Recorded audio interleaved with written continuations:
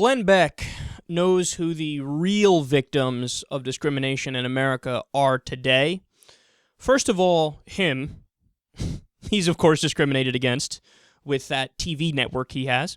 And then it's conservatives who are discriminated against and actors. My heart bleeds for all of those people. You want to talk about racism? You want to talk about bigotry? Let me ask you. You tried being me?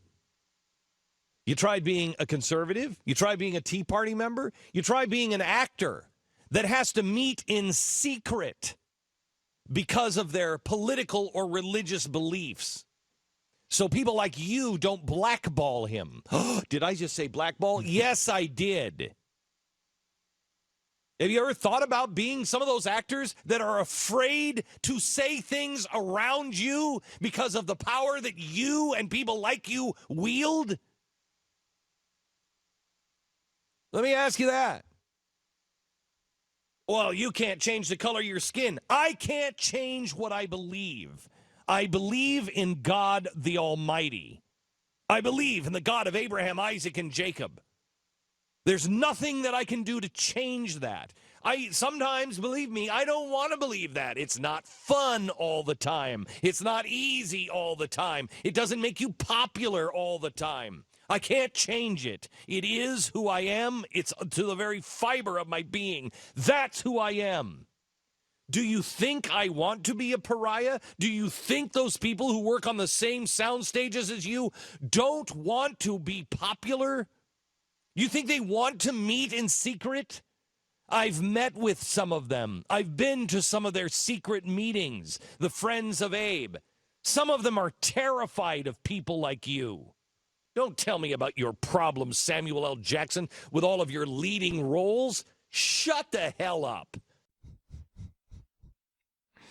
The original conversation was about racism against black people, bigotry against black people. And what does Glenn Beck immediately do? Say, no, the real bigotry is against me. It's against me and actors that I'm friends with and conservatives and people who believe in God. Okay. Any black person watching that should be infuriated. I mean, you want to talk about poo-pooing and downplaying legitimate issues, legitimate problems. I mean, we've spoken about it endlessly on the show. If you have a black name on a resume, traditionally sounding black name versus a traditionally sounding white name on the two separate resumes, all the information is the same. The white name gets all the hits, the black name gets none. Okay, that's racism. That's a problem. The viral YouTube video where a white kid was breaking into his car, right? Nobody cared. They just walked by. A fucking police car drove by, didn't give a shit. Didn't bat an eyelash. The guy's fucking with his, using one of those machines. By the way, it looks like I'm midair jerking off as I do this motion, so it's kind of weird. But he's trying to break into his car, and nobody cares. But then when his black friend does it, the cops immediately show up. Everybody's looking at the black guy like he's a criminal. So there are all these subconscious biases in the system. There's open biases in the system. If you look at the drug use rate, it's about the same between white and blacks, but black people get arrested 4 to 6 times more often. Like, these are real systemic issues.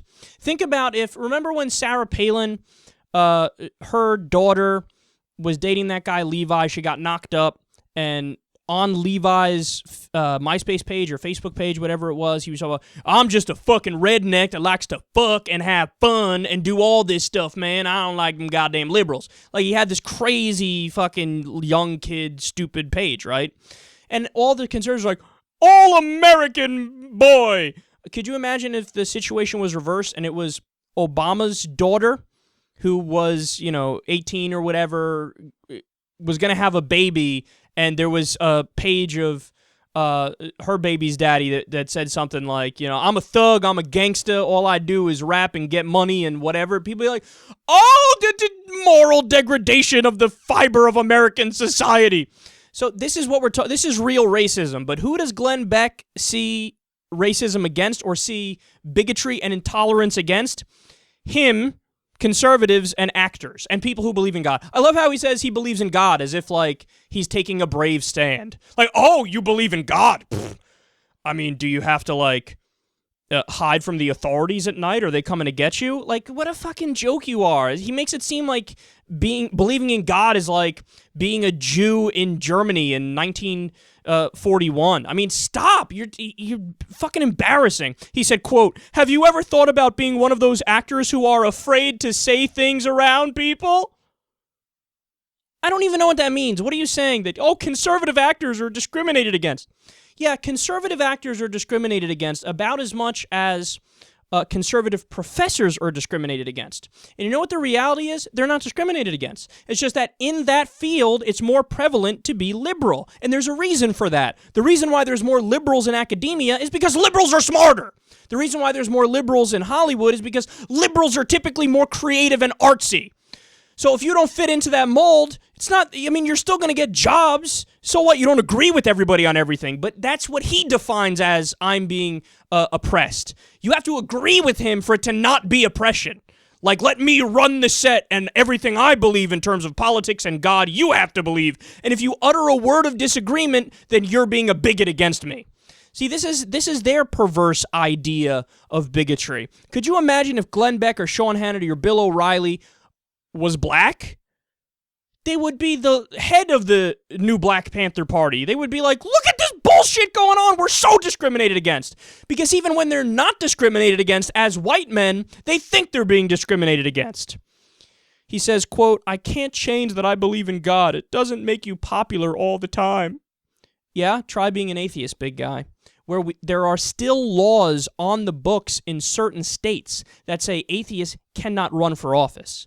Now, those are unconstitutional, but they're still on the books. The states did not take action to remove it from the books. Why? Because they're sending a message. Because in their mind, whatever, we'll get to it eventually, maybe, or not, because we don't really give a fuck about atheists because they have no power and they're such a tiny percentage of the population. So this is the conservative victim complex that we talk about all the time. In their mind, they're always the victims. And what's so ironic is that as they are victimizing other people, they scream about how they are the victims.